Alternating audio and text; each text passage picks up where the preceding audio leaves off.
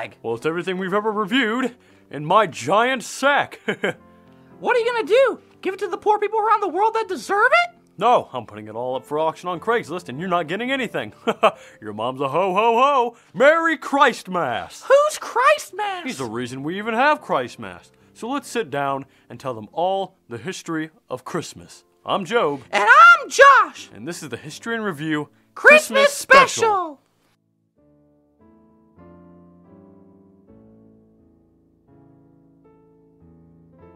It all began pretty recently, recorded first on December 25th, 336 AD, during the time of Roman Emperor Constantine, and was celebrated as a Christian holiday. Years later, Pope Julius would declare the birth of the Messiah as December 25th. But it was being celebrated by pagans anywhere from 3,000 to 8,000 years ago.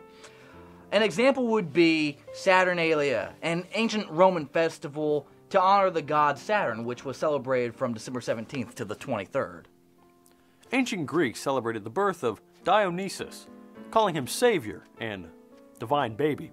According to Greek, his mother was a mortal woman named Semele, and his father was Zeus, called the Lord of Lords.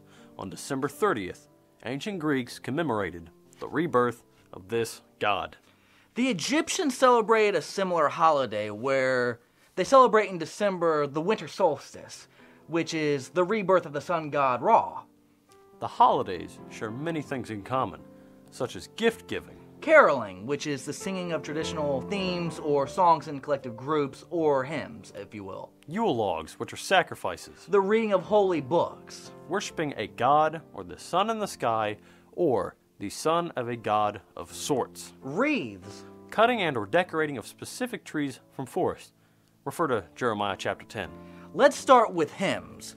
The Romans, Greeks, and Egyptians would sing hymns from their communities or their holy books at specific days of the week, special holidays, but there were some in which they would devote an entire week, a day, or the month itself in prayer and hymns. Worshipping a god, the sun in the sky, or the son of a god, should be self-explanatory, but let's go into a little more detail. In Christianity, Christmas is the vindication or celebration of the birth of Yahusha. Who's Yahusha? That's the real name of the Messiah. Obviously, we've proven there are holidays that have done similar, if not the exact same thing as Christmas. Christians everywhere will make excuses for celebrating the holiday, Christmas. I bet some of you want to nail me to a cross for saying that, eh? But, is it ever mentioned, and did anyone ever celebrate it in the Bible? Jeremiah chapter 10 verses 1 to 5 condemns it as a pagan practice and mentions the cutting of trees and decorating them. In this chapter of Jeremiah, and many other passages in the Bible, the prophets and God say to not participate in worldly or pagan holidays, and to not be ignorant of them. Christians will make excuses and say, I've done it all my life, or My priest said, or it's for the children, or my grandmother said so. the fact remains that the 12 apostles and their followers and the Messiah himself never celebrated it. So therefore, we shouldn't. Christmas trees in most of pagan religions represent their deity's penis, and the lights and or decorations represent his testicles, their fertility representation. And by worshiping their penis, they're worshiping their god.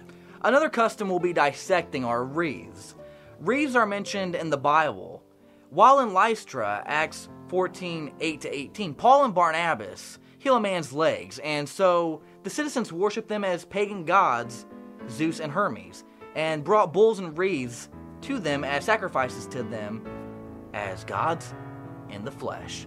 Wreaths were a sacrificial gift to the pagan gods. With all these pagan gods, their worship methods, their celebrations, if you will, what were they called? Well, it was a special title for them.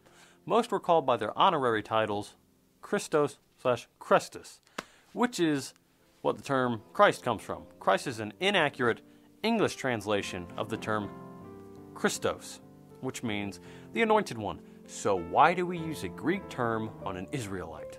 But Santa Hodge, isn't his name Jesus Christ or Yahushua de Christos? Reminds me when I was in Ireland, a wee lad. What were you doing there, Santa? Helping the poor kids who deserve it? No, getting drunk. Well, let's get back to the story! What most Christians are ignorant of is that the New Testament as we have it was written in Greek, where the term Christ is obviously used. Some will argue, but it was translated from Hebrew originals, which there's lacking proof to that claim. Why do Christians celebrate this holiday? You'll find out soon in part 2. And if you don't, always remember that if a fat man comes down through your chimney tonight, It'll probably be me. it'll probably be a pedophile.